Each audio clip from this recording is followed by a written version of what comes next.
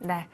자, 지금 만까지 얼마 안 남았어요. 7분 남아 있고요. 저희 또 뾰족하게 전략 모아가 보겠습니다. 월요일입니다. IBK투자증권 함정남 차장 모시겠습니다. 어서 오십시오. 안녕하세요. 네, 차장님. 네. 지난주 딱 우리 퐁당퐁당 잘하고 이번 주 스타트가 되었습니다. 분위기는 나쁘지가 않은 것 같아요. 네. 나쁘지 않은 상황 속에서 오늘은 사실 반도체 내일 어떻게 해요? 2차 전지 이제 가는 거예요. 얘기를 많이 나눴는데 차장님과는 좀 색다르게 네. 바이오즈 얘기 나눠보면 좋을 것 같아요. 좋습니다. 예. 사실 금요일에 너무 강했고 오늘 네. 어떻게 되나 봤더니 강한 추세에서 이탈하지 않고 조금씩 쉬어가는 흐름이 나타나서 이건 또 계속해서 간다라는 의미이지 않을까라는 생각은 있습니다. 10월에도 쭉 이어질까가 우리의 고민인데 네. 어떤 방향성 주실까요? 자, 반도체 2차 전지 바이오 어떻게 생각해? 지난주 금요일 아침 방송에서 그렇게 말씀을 드렸습니다. 그날 이제 오늘 결과론적으로 자랑식으로 좀 해보면 네. 전쟁이 난다고 방산주를 소형주를 사시면 안 됩니다. 에어로스페이스, 넥스원, 로템 3개를 콕 집어서 말씀드렸는데 타이밍이 좋았던 것 같고요. 반도체 단기적으로 모든 섹터 통틀어서 가장 큰 낙폭과대 영역에 있는 섹터이지 않을까라는 생각이 들고 그래서 매력이 있다. 그리고 2차 전지도 유럽에서 보조금에 대한 기대감이 있어서 이 정도 기간 조정을 주었다라고 한다면 충분히 기대감이 있다는 말로서 결국 시장 다 좋다라는 이야기인데 공략 섹터로는 바이오를 제가 찝어서 말씀을 드렸습니다. 네. 금요일 날 가장 강했던 섹터가 바이오였죠. 바이오로 찝어드렸었던 이유는 금요일 아침에 바이오를 말씀드렸던 이유는 이전에 바이오가 조정을 줄 때는 원위치였어요. 올라갔다가 빠져서 다른 섹터로 수급이 쏠려갈 땐 훅훅 밀려왔었는데 지금은 수급의 이동이 아닌 그냥 자연적으로 냅둬도 납득이 될 만한 수준의 조정의 종목들의 주가 흐름이 나오기 때문에 다음번에 랠리가 온다면 이라는 것을 전제로 말씀드렸는데 그 의미 안엔 이런 것이 있었습니다. 금요일 날 금투세 결론 나기로 했었거든요. 지도부에 위임하기로 했죠. 하지만 시장은 그것을 반영시킨다라고 했었을 때 2차 전지는 공매도와 싸워야 되는 수급과 쇼커버리가 들어와서 더 이상 유리한 부분도 있습니다. 또 반도체는 삼성전자가 방향을 잡아야 된다라는 것을 염두에 둔다라고 한다면 바이오도 기관과 외국인의 영역이긴 하지만 상대적으로 개인의 투심이 가장 빠르게 반영될 수 있는 섹터인다라는 것과 코스닥에서 영향력이 높다라는 점과 지금 코스피와 코스닥은 완전한 디커플링 위치가 다르죠. 여기에 플러스 알파로 반도체와 2차 전지는 조정을 준 상태에서 나쁘다라고 얘기하는 것이 아닙니다. 위치 에너지를 우리가 이해하고 대응하자는 거예요. 조정을 준 섹터 내에서 이쪽으로 수급이 쏠리면 얘네가 올라올 수 있지만 지금 시장에서 대장은 뭐야 라고 한다면 바이오거든요. 그래서 바이오가 아직까지는 주도주로서의 상승 탄력에 대해선 가장 앞단에 있는 섹터라는 것을 다시 한번 확인하게 된 날이 지난주 금요일이지 않을까라는 생각이 듭니다. 그랬을 때 대장으로서 움직이는 종목 바이오는 제가 계속 좀 반복적으로 종목들을 말씀드려서 오늘은 좀 제가 오늘은 월요일은 종목 공부하는 날이라고 그랬죠. 네. 심화 학습을 하려고 하는데 일단은 1군 종목들은 제외하도록 하겠습니다. 왜냐하면 1군 종목군들은 이미 다 알고 계셔야 되고 이것은 본인의 트레이드 성향으로 접근하셔야 될 것이기 때문에 지금 제가 바라보는 바이오 섹터 내에서 1군 종목군들은 알테오젠, 보로노이, 오스코텍, 유한양의 리가캠 바이오. 그 다음에 덩치 큰 종목 중에서는 삼성 바이오로직스, 바이넥스 정도까지 볼 수 있지 않을까. 그래서 이제 바이오 섹터가 다시 주도를 잡고 시세를 돌파해낼 때 이 종목들을 우선적으로 잡으셔야 되는데 지금까지도 매매를 안 하셨다라고 한다면 지금 이 위치는 부담스러우실 거라고 느끼실 수 있다라는 생각이 듭니다. 그러면 2군, 3군으로 보셔야 되는데 3군 종목들은 아직은 보실 때가 아닌 것 같아요. 시나리오는 맞거든요. 그럼 천수단 매매를 하게 될 수도 있어요. 나도 언젠가 오르겠지 라고 하다 보면 섹터 잘 보고 종목을 잘못 초이스한 경우의 수가 나올 수도 모르기 때문에 2군 종목군들을 오늘 좀 하나씩 좀 염두에 둘까 생각해 봅니다. 그러니까 섹터 내에서 이렇게 생각하셔야 돼요. 함 차장, 내일 2차 전지 올라? 반도체 올라? 바이오 올라? 지금 이런 선택을 초이스하는 것이 얼마나 무의미한 일인지를 우리는 익히 경험했기 때문에 지금은 이런 시장이 온다면 아까 말씀드렸던 대장 종목군들이 돌파할 때 2차 후발주자로 쫓아갈 수 있는 종목들은 어떤 것이 있을까 확인해 보도록 하겠습니다. 오, 그러면 이제 2군 종목에 집중하는 전략을 고민할 때라고 한다면 하나씩 좀 더 들어보겠습니다. 2군 중에 하나가 한올바이오 파마였습니다. 근데 최근에 사실 이 종목도 워낙 강한 내용을 갖고 있는지라 지금 현재 주가 분위기도요. 꽤 예쁜 오름 추세의 박스권이에요. 네. 볼펜이 떨어졌나요? 네, 뭐 괜찮습니다. 예. 네. 근데 한올바이오파마는 추세가 떨어지지 않고 예쁘게 잘 가고 있다는 거죠. 그러면 지금 구간 노려보기도 예쁠까요? 뭐 아까 말씀드렸던 2군이라는 것을 염두에 보시면 네네. 이것을 전제로 말씀드렸을 때 지난달에 9월 10일인가요? 이때 한번 좀 큰 폭의 하락이 있었습니다. 일단은 이 회사는 자가 면역 치료제를 하고 있는 회사예요. 그래서 글로벌 파트너사를 이뮤노반트를 협력해서 함께 일을 하고 있는데 실제로 지난달에 임상, 이상, 전임상 데이터가 괜찮게 나왔습니다. 하지만 그날 이뮤노반트 주가가 이제 8% 떨어지면서 한올바이오파마도 같이 7%대 하락률을 보였습니다. 하지만 그때 하락했던 이유가 우리는 시장에서 이 결과만을 기다렸던 것은 아닌데 다른 것에 대한 뉴스와 데이터들도 원래 바이오 이제 어떤 뉴스가 나올 때 그런 기대감이잖아요. 그런 것이 없었다라는 것이 실망이었다라고 한다면 한올바이오파마도 지금 주가는 누워 있었어야 되는데 빠르게 회복하는 모습은 의미가 있었다라고 생각이 듭니다.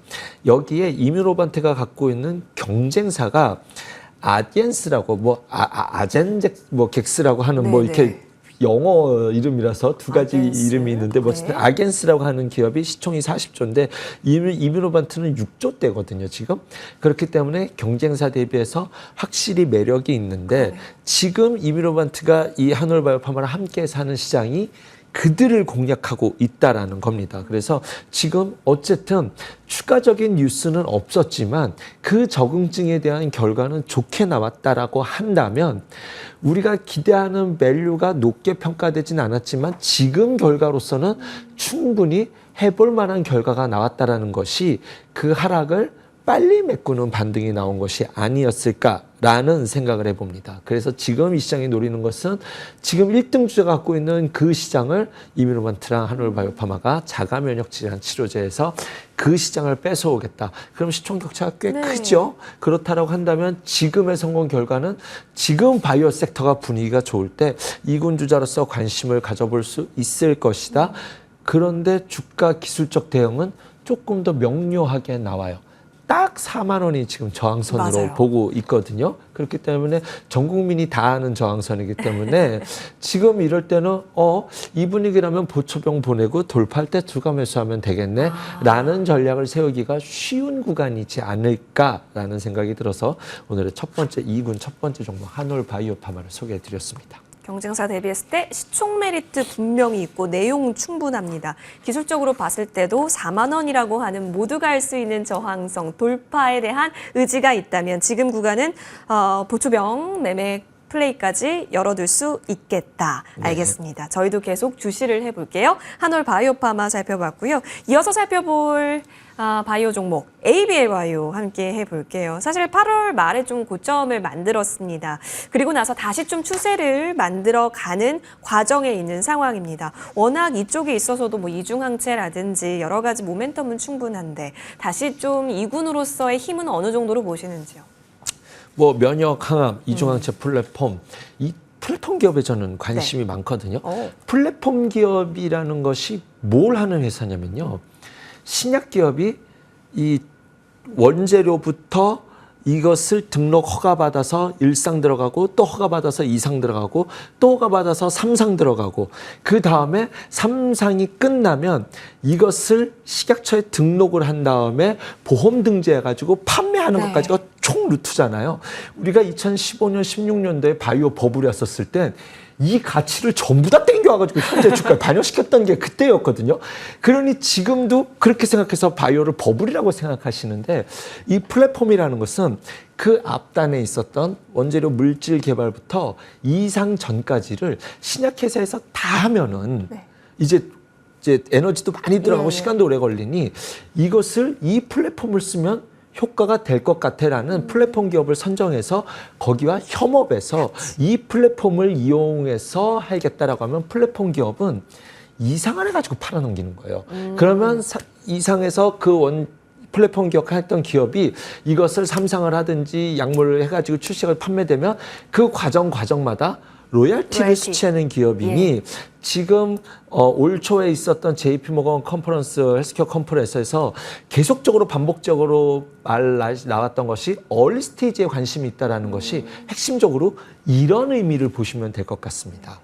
플랫폼 기업들이 수혜를 볼 수 있는 환경이 만들어졌고 한국 기업이 강점이 있다. 그 중에 하나가 면역항암 이중항체 플랫폼인데 첫 번째는 ABL301이 파킨슨병 치료제 임상 1상 이제 마무리 단계고 내년 1분기쯤에 이제 결과가 나올 것으로 예상되는데 과거 2015년대 임상 1상 하면은 에휴 한참 멀었네. 언제 3상이 이랬는데 제가 말씀드리지만 그렇게 네. 시장이 아니다라는 것을 염두에 두시고요.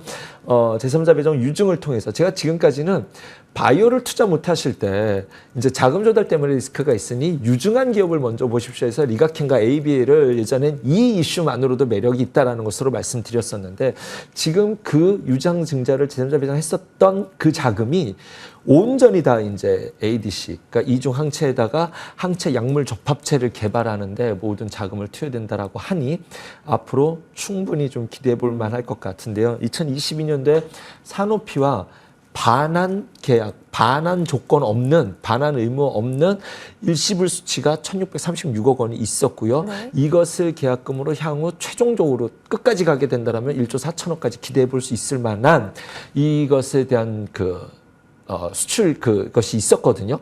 이것만 본다 하더라도 지금 이 플랫폼에 대한 기대감은 실력은 어느 정도는 인정받았으니 앞으로의 성장 시나리오는 관심을 갖고 열어볼 만하지 않을까라는 생각이 듭니다. 고형암, 혈액학, 담도항 등 앞으로 내년까지 임상 1상부터 2상의 진입까지 이어갈 수 있는 뉴스들이 쭉 시간 테이블로 남아있기 때문에 지금 바이오가 분위기가 좋을 때 플랫폼 기업으로서 과거의 1상 2상과 플랫폼 네. 1상 2상은 다르다라고 다시 한번 말씀드리면서 후발주자군으로서의 종목으로서 소개해드려봤습니다. 과거의 그 3상까지 언제 기다려와는 다르다라는 점 플랫폼 그럼요. 기업의 특징일 수 있고요. ABL 바이오에 있어서도 일단 모멘텀 체크해 봤습니다. 이름이 비슷한 종목이 또 있어요. 네. ABL 바이오가 아니라 A 프릴 바이오. 네. 주가도 비슷해요. 네. 고점 만들었다가 지금 다시 또 튀어 오른다면 또 끼를 보일 수 있는 자리에 놓여 있는 구간입니다. 에이프릴 바이오 같은 경우도 일단 뭐 마일스톤 얘기도 좀 기대감이 있었고 룬드백 관련한 기사도 최근에 좀 많이 보였는데 여기서 기대할 수 있는 요인은 또 뭐예요? 이제 이 회사가 뭐 하나 했었냐면 반감기 증대, 그러니까 약을 맞으면 약 효능이 오래도록 지속되도록 하는 플랫폼을 네. 갖고 있다. 모든 약들이 약 효과가 이게 과잉으로 맞으면 부작용이 문제에 대해서 그것에 대한 합병증과 그 후유증을 치료하는 연구개발 시장도 엄청나게 크잖아요. 그래서 과잉 투여를 막을 수 있는 반감기 증대를 해줄 수 있는 플랫폼 사파를 갖고 있다라고 보시면 될 것 같고요. 8월 26일에 덴마크 제약사가 이제 갑상선 암병증, 다발성 경화증 치료제 시장을 공식 진출했는데 이제 동사에 이것이 사용되어졌던 이 플랫폼을 기반으로 한 제품이다. 그래서 앞으로 마일스톤 유입이 기대감이 있다라는 것을 전제로 이 회사는 또 이제 플랫폼 기업이니까 한 가지 플랫폼 기업이라는 것은 하나의 약으로만 하는 것이 아니지 않습니까? 네. 이제 알테오젠이 안 빠지는 이유가 그거잖아요. 제형전환에 대한, 제형전환은 진짜 큰 시장이죠. 이것과 관련돼서 앞으로 우리도 ADC, 항체 약물 접합체를 함께 하기 위해서 지금은 뭐 바이오 재팬에 참석했다라는 최근 뉴스가 있었기 때문에 앞으로 새로운 파이프라인에 대한 확장 기대감이 있다. 여기에 조금 이제 시야를 넓힌다라고 한다면 비만 치료제 방광기 연장까지에도 이 회사가 관심을 갖고 있다라는 점, 뭐 이런 것까지 했었을 때 지금 갖고 있는 약 효능을 증대시키는 이슈 자체는 상당히 매력적인 성장성을 갖고 있는 플랫폼이지 않을까. 그리고 덴마크 기업의 기술 이전 뉴스는 어느 정도 실력을 인정해받을 수 있다라고 해석할 수 있지 않을까 생각해 봅니다. 기술력 인정. 특히 최근에 핫 키워드인 장기 지속형과 같은 이런 약효가 조금 더 오래 갈 수 있는 그런 기술력 플랫폼 챙겨봤습니다. 이어서 또 궁금한 종목 있어요. ST팜이요. 한동안 이제 생보법 관련한 수혜주다라고 해서 얘기 많이 나왔습니다. 근데 지금 구간 차트 넓게 보면 낙타 등 두 개 딱 보여요. 이제 어떻게 해요? 아유, 잘 보시네. 낙타 등. 네. 차트적으로 제가 고민을 많이 했어요. 네. 갈 때 말할까라는 고민이 많았습니다. 사실은 기술적으로 봤었을 때 될 거는 같은데 요즘 시장에 뭐 물방구 기반 시장이 앞으로 올 수 있다면 이라는 것을 전제로 봤었을 때 근데 하고 있는 일이 굉장히 제약 쪽 내에서는 굉장히 매력적이다라는 생각이 듭니다. 이 모든 원료 의약품에 들어갈 때 올리고핵산이라는 것이 굉장히 중요한 역할을 하는 원재료로서 그것이 국내에서는 단연 탑 기업이고 글로벌에서도 3위를 차지하고 있는데 핵심 결과론적인 거는 어쨌든 중국의 생물보안법을 통한 중국의 피해 거기에 대한 반대 수혜로서 특별히 이제 충분한 매력이 있다라고 생각이 듭니다. 지난 6월에 고객사 제론이 혈액암 치료제 FDA 승인을 얻으면서 거기에 납품할 수 있고 이제 함께 상승할 수 있는 기대감이 주가에 반영됐었는데 복잡한 시장 가운데 주가가 매력도를 유지하지 못하고 결국 낙타 등을 만들고 말았죠. 그런데 이제 앞으로도 이제 이것이 다양한 어떤 병을 치료하는 신약 개발과 풀어낼 거기에 물질로서 함께 성장해 나갈 수 있을 텐데 이 회사가 오랫동안 쌓아둔 트랙 레코드가 좋아서 앞으로도 충분히 여기에 대해서 경쟁력을 가져갈 수 있다. 오히려 그동안은 뻔한 기업으로 보였는데 생물보안법을 통해서 이 회사 갖고 있는 매력이 더욱더 두각을 나타낼 수 있게 되지 않을까라는 것을 염두로 오늘 말씀드린 종목들은 지금부터 적극 매수라는 의미가 아니죠. 네. 1군 종목들을 우선적으로 보셔야 되는데 그것이 부담이 되신다고 한다면 2군 종목들의 관심 종목 안에 이 종목들을 좀 포트를 짜두셔야 되지 않을까. 그렇게 관심 종목 안에는 넣어두셔야 되지 않을까. 플랫폼 기업 중에 뭐 지아이노베이션이라든가 개인적으로 큐로셀 이런 종목들도 있는데 그 종목들은 다음번에 좀 시간이 되면 또 말씀을 드리는 것은 어떨까 생각이 드네요. 2군 종목들도 상당히 많아요, 사실은. 네. 그러네요. 네. 그러니까 1군이 지켜줄 때 2군을 보자라는 의미셨잖아요. 아니죠. 그 뜻이 아닙니다. 그럼요? 일단은 1군이 먼저 보셔야 돼요. 1군을 먼저 1군 보고. 종목들, 네. 알테오젠, 그다음에 뭐 리가켄 바이오, 유한양행, 오스코텍, 바이넥스. 그다음에 네. 바이넥스 이런 종목들을 보시고 이 종목들을 사야 되는데 그 종목들이 심리적으로 두가 좀 어렵다라고 한다면 우리의 심리는 2군 출발 주자들도 충분히 기회가 있는 시장이라고 저는 판단해 봅니다. 알겠습니다. 자, 1군, 2군으로 나눠서 살펴드렸고요. 1군 위주로 주목을 해보겠습니다. 고생 많이 하셨습니다. 고맙습니다.